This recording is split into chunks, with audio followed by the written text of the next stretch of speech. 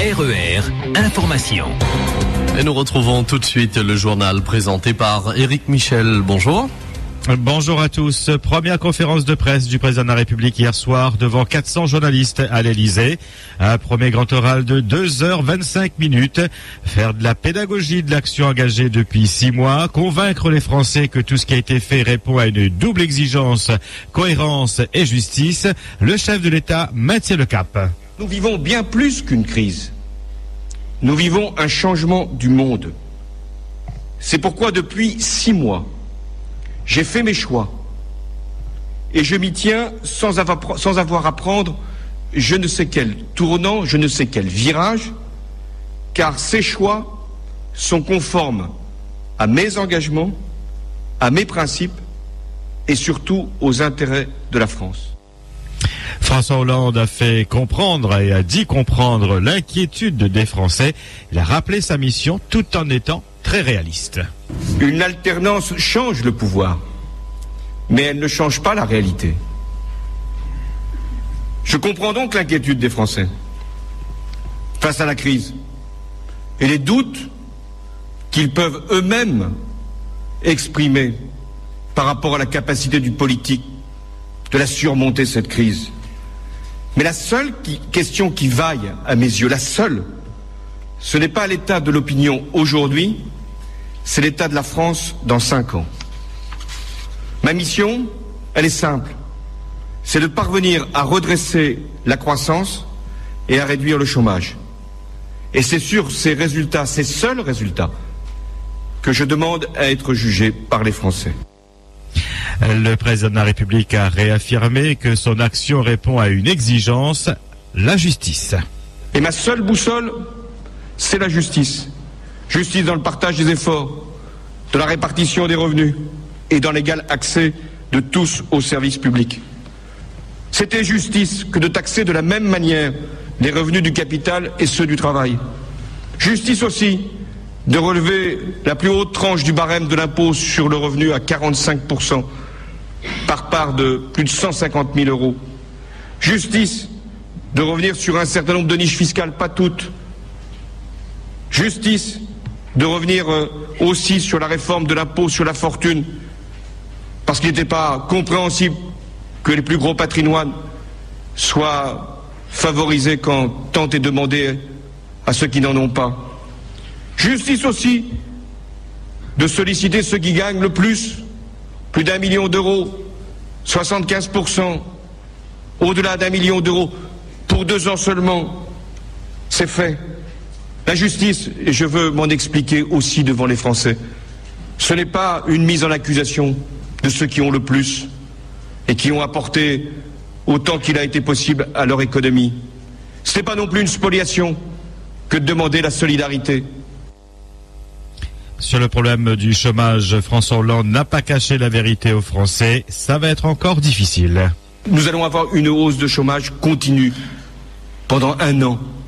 Et ça va être difficile à vivre pour des familles, pour des territoires, pour des entreprises. Nous allons vivre ça. Et c'est suffisamment douloureux pour que je me dise, nous allons nous concentrer à travers les armes nouvelles, les emplois d'avenir, le contrat de génération, le pacte de compétitivité, pour que, à la fin de l'année, c'est déjà long la fin de l'année, fin 2013, pour que nous puissions inverser seulement la courbe du chômage. J'ai pris cet engagement. J'en répondrai. Le chef de l'État qui a annoncé aussi qu'il proposera une restructuration de la TVA qui interviendra au 1er janvier 2014.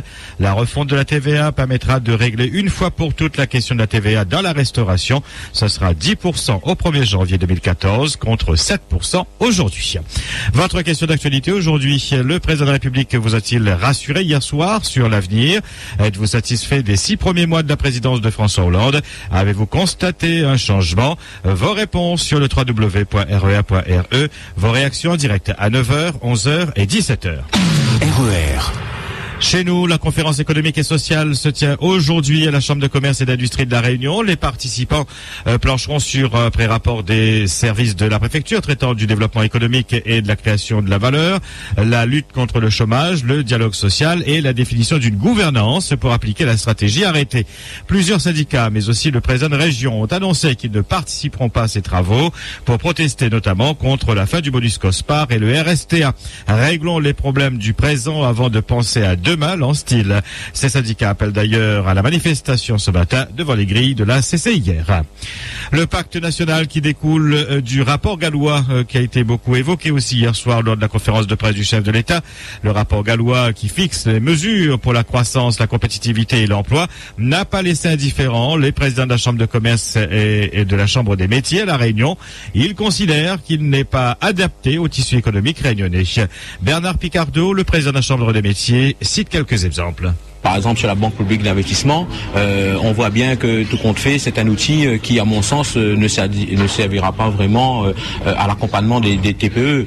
Quand on parle aujourd'hui de réduction de 20 milliards d'impôts dans les entreprises, ça va être mis en place vers 2013-2014, mais on sait aussi qu'en face, il y a une augmentation de TVA. L'augmentation de TVA, si elle augmente au niveau, par exemple, du secteur du bâtiment chez nous, ça va, à mon sens, être un frein sur le développement du bâtiment. Même avis pour le président Patel de la CCIR et il avance ses propositions. Donc pour la Réunion, nous ne devons pas aujourd'hui nous retrouver dans ce rapport parce que ce rapport, je pense qu'il n'est pas adapté. Pour les DOM, il faut maintenir effectivement le niveau de défiscalisation si on veut inciter les gens à investir donc à la Réunion par rapport à la loi Cellier. Il faut aller au-delà de 1 an qui a été préconisé par le gouvernement. Il faut revoir effectivement toutes les charges qui nous tombent. Nous ne sommes pas compétitifs par rapport à nos voisins, par rapport à nos charges. Nous avons des charges quand même très importantes. Il faut aujourd'hui revoir les dispositifs d'emploi. Le Conseil économique, social et environnemental régional s'est lui saisi des orientations budgétaires de la région pour 2013. Et dans le contexte économique très difficile que l'on connaît, le Césaire ne cache pas ses inquiétudes quant aux capacités de financement de la collectivité. Jean-Raymond Mondon, le président du Conseil économique et social. Nous sommes un peu inquiets tout de même sur les problématiques financières ou budgétaires des années futures, puisque les orientations budgétaires sont aussi l'occasion de dire un certain nombre de choses pour le futur. En tous les cas, le Conseil régional a une perspective à l'horizon 2020. Et dans le resserrement que nous voyons entre la problématique des recettes budgétaires et des dépenses, recettes qui vont diminuer ou stagner et dépenses qui vont augmenter avec les grands travaux, en particulier la nouvelle route du littoral, on se pose des questions de savoir quelles seront les potentialités du Conseil régional pour le futur, de grands travaux futurs, parce que la Réunion n'est pas arrivée après la route du littoral, n'est pas arrivée à son terme de grands travaux ou d'infrastructures, et donc il y a des interrogations que nous avons, en particulier sur les potentialités de faire de nouveaux emprunts. Rappelons que le Césaire n'a qu'un rôle consultatif, réaffirmé hier d'ailleurs par son président. Nous sommes l'assemblée du premier mot. Ce sont les politiques qui prennent ensuite les décisions. Ils ont été élus démocratiquement. Fin de citation. Jean-Raymond Mondon qui a par ailleurs avoué qu'il est difficile au Conseil économique et social à obtenir des informations sur la fiscalité des carburants. Un certain nombre de partenaires ne jouent pas le jeu pour nous donner des informations. Or, nous avons un sujet bien particulier. Il ne s'agit pas de déterminer quel est le meilleur prix du carburant à La Réunion, c'est de savoir quelle est l'évolution possible de la taxation sur les carburants à La Réunion. Alors, on a un certain nombre de choses, en particulier qui nous viennent du plan national. Pour ce qui concerne La Réunion, nous avons besoin de savoir en particulier quelle est l'utilisation de cette taxation et cette répartition de cette taxation entre les différentes collectivités. Il nous manque un certain nombre d'éléments pour aller encore plus loin. Pour ne rien vous cacher, nous avons des difficultés pour avoir des éléments d'information sur non seulement le pétrole, certes, mais sur le charbon, sur l'électricité. Notre objectif, c'est pas simplement, quand on parle de carburant, si vous relisez la saisine du président du Conseil régional, c'est pas simplement les carburants, c'est la taxation, une évolution d'une taxation verte. C'est le président de la région, Didier Robert, qui a commandé au Césaire fin août un rapport sur cette fiscalité des carburants. Une partie de ce rapport pourrait être remise à la fin de l'année, le reste l'année prochaine.